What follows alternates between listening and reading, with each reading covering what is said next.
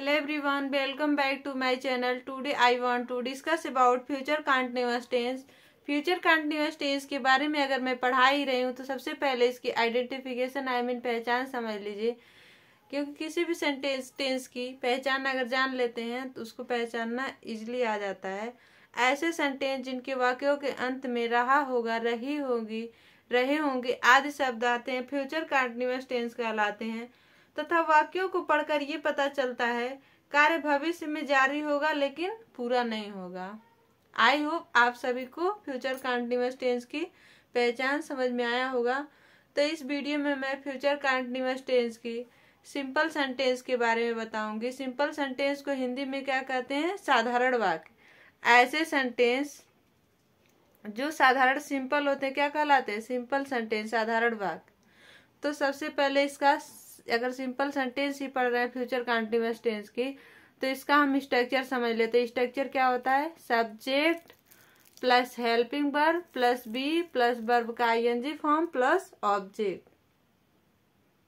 तो सब्जेक्ट हमारा क्या होता है? सब्जेक्ट ये है, सब्जेक्ट को हिंदी में कर्ता कहते हैं, हेल्पिंग वर्ब को सहायक क्रिया, उसके बाद जस्ट बी वर्ब क्या होता है? क्रिया, उसका आईएनजी फॉर्म होता है। ऑब्जेक्ट मीन क्या होता है? कर्म।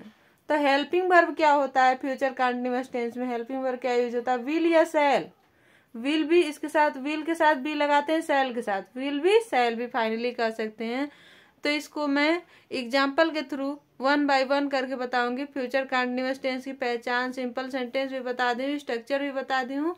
इस तरह से आप मेरे वीडियो में स्टार्ट से लेके अंत तक लगे रहिए। आई होप आपको इससे रिलेटेड जो भी डाउट होगा क्लियरली समझ में आया होगा।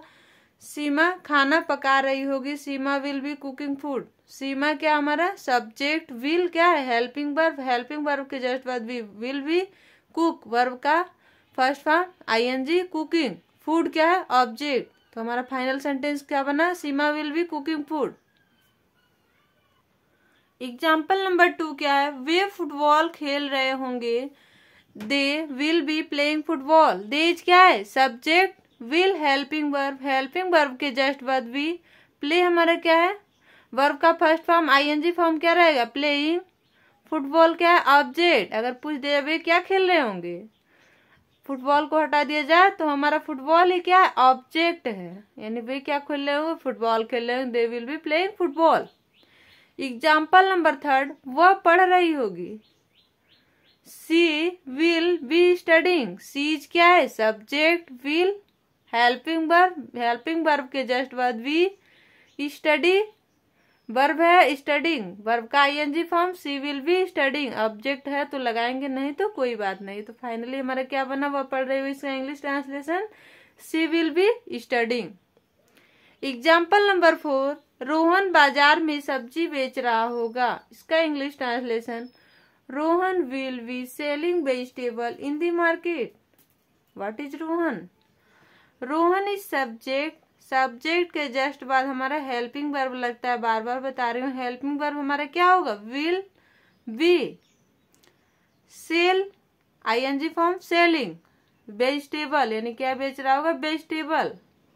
इन द मार्केट हमारा क्या है? वेजिटेबल ऑब्जेक्ट है, इन द मार्केट ये हमारा अदर वर्ड है।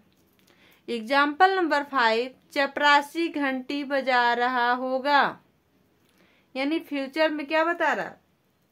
कोई भी काम भविष्य में हो रही, मतलब बता रहा है कि पढ़कर पता चलता है कार्य भविष्य में जारी होगा लेकिन पूरा नहीं होगा। तो देखिए ये भी वही हो रहा है कि हम क्या इमेजिन कर रहे हैं कि चपरासी घंटी बजा रहा होगा, पढ़कर ही पता चल रहा है। तो इसका English translation the peon will be ringing the bell. The peon हमारे क्या है? Subject, will helping verb be, helping verb के जस्ट बाद भी, रिंग क्या है? वर्ब का आईएनजी फॉर्म, रिंग वर्ब है, ING form ringing, the bell क्या है? ऑब्जेक्ट। आई होप आप सभी को समझ में आया होगा। एग्जाम्पल नंबर 1, 2, 3, 4 के तरह एग्जाम्पल नंबर 5। अब लास्ट एग्जाम्पल, एग्जाम्पल नंबर 6 बता रही हूँ। वह आ रहा होगा, इसका इंग्लिश ट्रांसलेशन हमारा क्या होगा? He will be coming. What is he? अगर कोई पूछ दे यहाँ पे he, what is he? He subject, will क्या है? आप लोग बताए विल हमारे क्या है, यही हेल्पिंग वर्ब है। हेल्पिंग वर्ब के जस्ट बाद will be coming, come verb है कमिंग, कम का ING form coming. I hope आपको फ्यूचर कंटीन्यूअस टेंस की आइडेंटिफिकेशन पहचान समझ में आया होगा। एक बार फिर से रिपीट कर दे रही हूँ, फास्ट वे में समझ लीजिए। ऐसे सेंटेंस जिनके वाक्यों के अंत में रहा होगी, रहेगी होगी, रहे होंगे आदि शब्द आते हैं तथा कार्य को पढ़कर पता चलता है, वाक्यों को पढ़कर क्या पता चलता है, कार्य भविष्य में जारी होगा लेकिन पूरा नहीं होगा। इसका सिंपल सेंटेंस भी बता दी हूँ, साधारण वाक्य स्ट्रक्चर भी बता दी हूँ विथ एग्जाम्पल। इसका हेल्पिंग वर्ब बता दी हूँ, फिर से रिपीट कर दे रहे हैं। हेल्पिंग वर्ब को सहायक क्रिया ही कहते हैं। आई और वी के साथ शैल, बाकी सब्जेक्ट के साथ विल का प्रयोग करते हैं। इस तरह से और इंटरेस्टिंग वीडियो देखना चाह रहे हैं तो मेरे चैनल पर विजिट करिए और लाइक सब्सक्राइब करना ना भूलें। Thank you for watching.